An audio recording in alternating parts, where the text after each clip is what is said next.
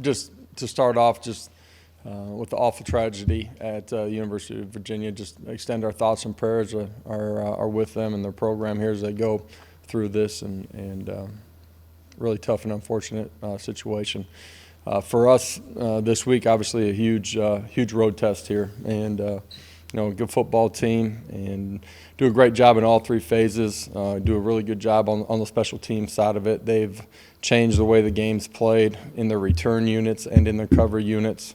Very aggressive in what they do, from block kicks to what they've done in the return game.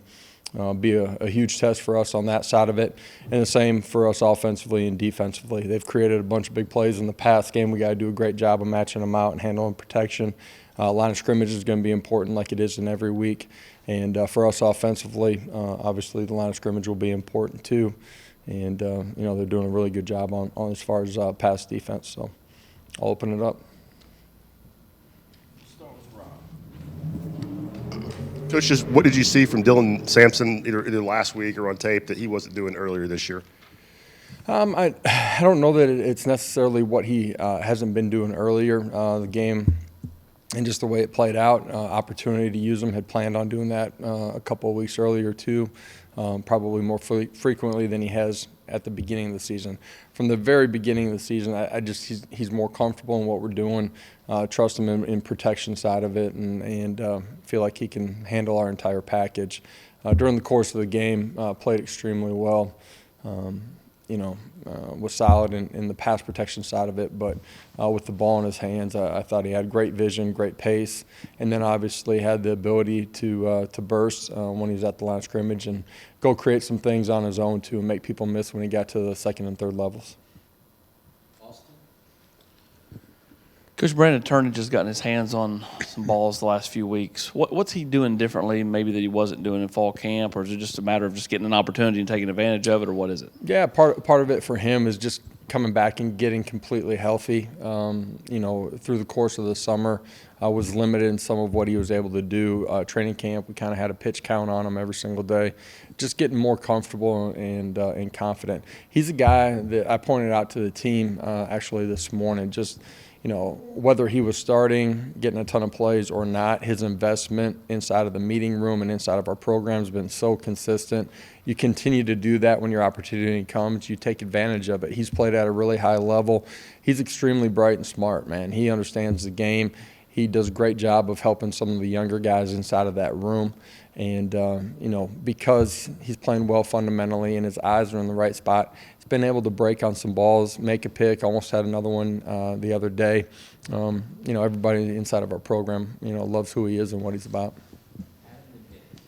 A couple things. One, Hendon is up for the Heisman, obviously, and there's a lot of quarterbacks out there that he's being compared to. They're all great in their own way, I understand that. But what area specifically is Hendon better than the rest at?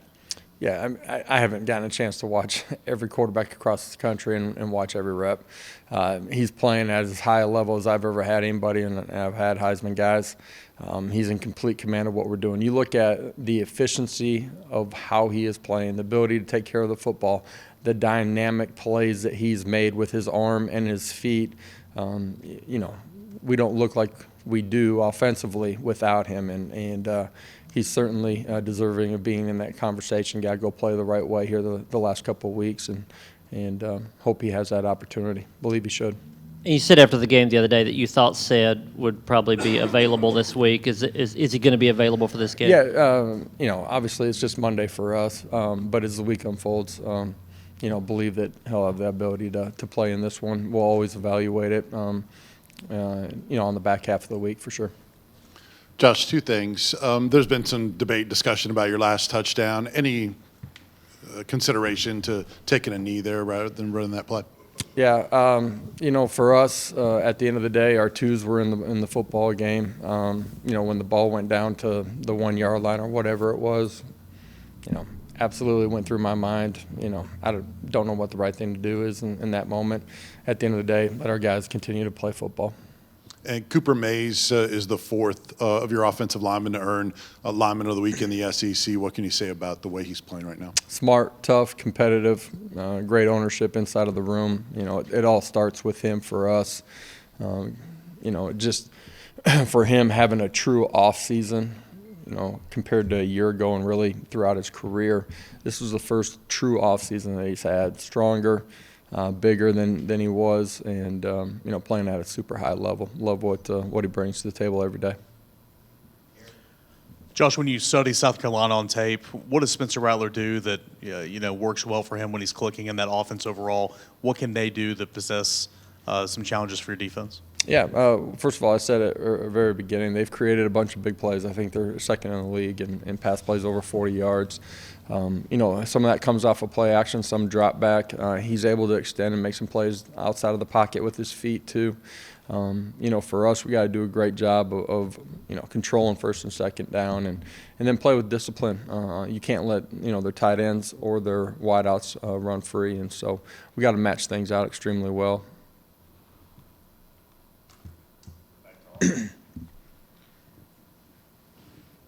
They got you guys on the fake punt last year.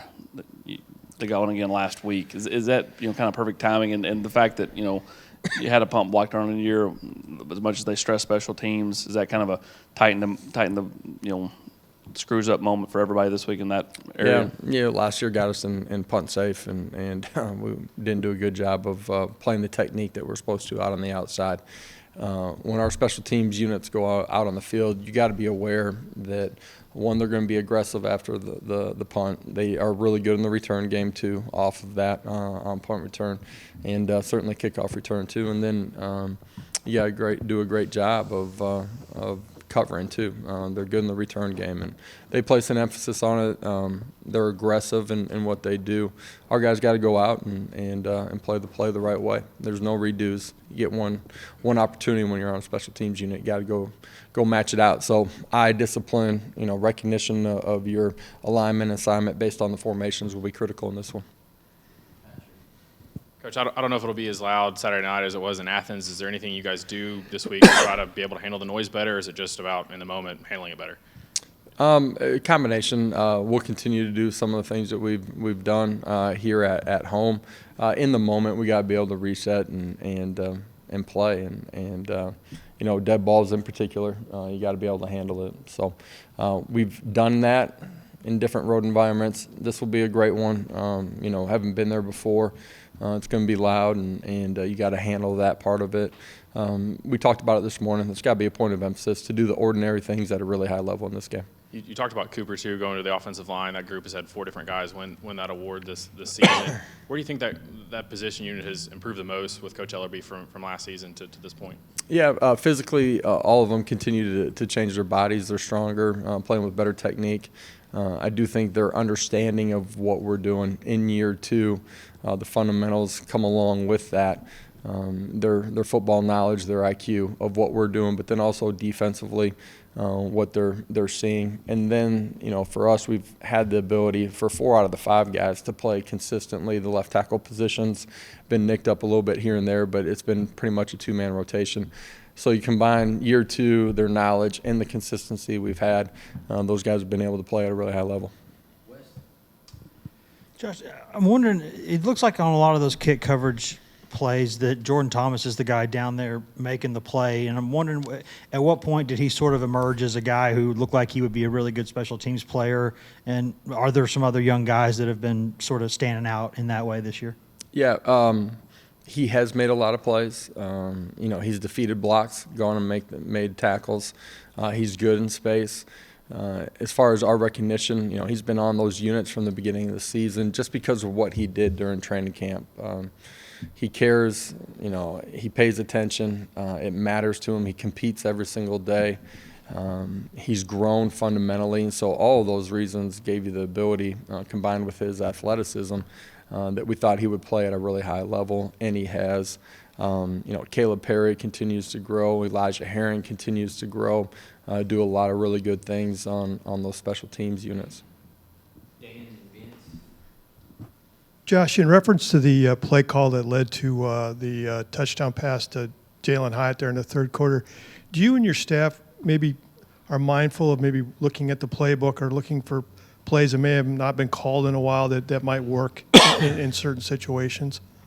I think you're always, balancing, what your kids are good at, what they're comfortable with, what they're seeing on the other side of the football schematically, right? You got to put your kids in a position to win.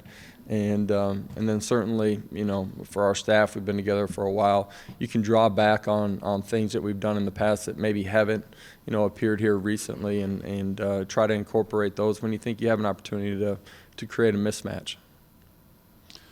Josh, it didn't seem like there's been as many of those, air quote, fake injuries this year on defense to try to slow offenses down. They really didn't change the rules all that much. Yeah, I Do don't you know have a if you theory just as to take why? out the Ole Miss game from last year, it's probably pretty consistent.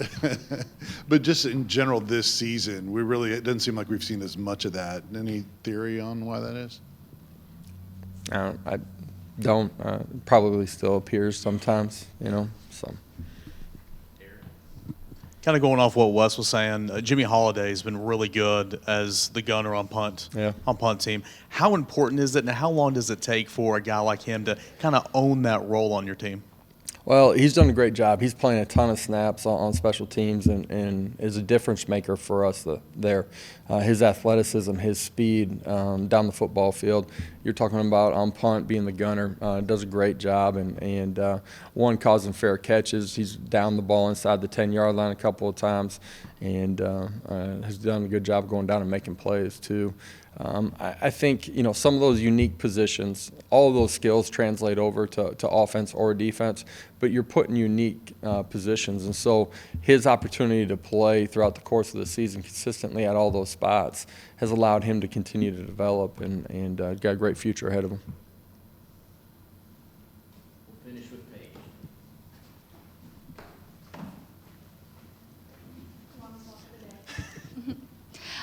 So you look at Georgia for the defense that you all had, and then you bounce back against Missouri. How do you make sure that your defense maintains that level of execution and you don't really see a dip in execution and performance again? You're talking about our defense? Your defense, yes. I'm sorry. Yeah, when it's going good, right, all 11 are operating as one. You're playing gap sound. You're tackling well, but that happens because you're in good body positions, because your eyes take you to the football. When it's not going good, it's not like a wholesale change typically is what is needed. It's guys settling into the football, and 10 guys can be doing it right. One guy's not, and all of a sudden you give up a big play. And so doing the ordinary things at a really high level, our preparation, our practice habits got to be right. This is a big football game for us. This is the only one we got this week. Really good opponent, great environment. We got to be ready to go compete for 60 minutes and be dialed into the details of our jobs. Appreciate it, guys.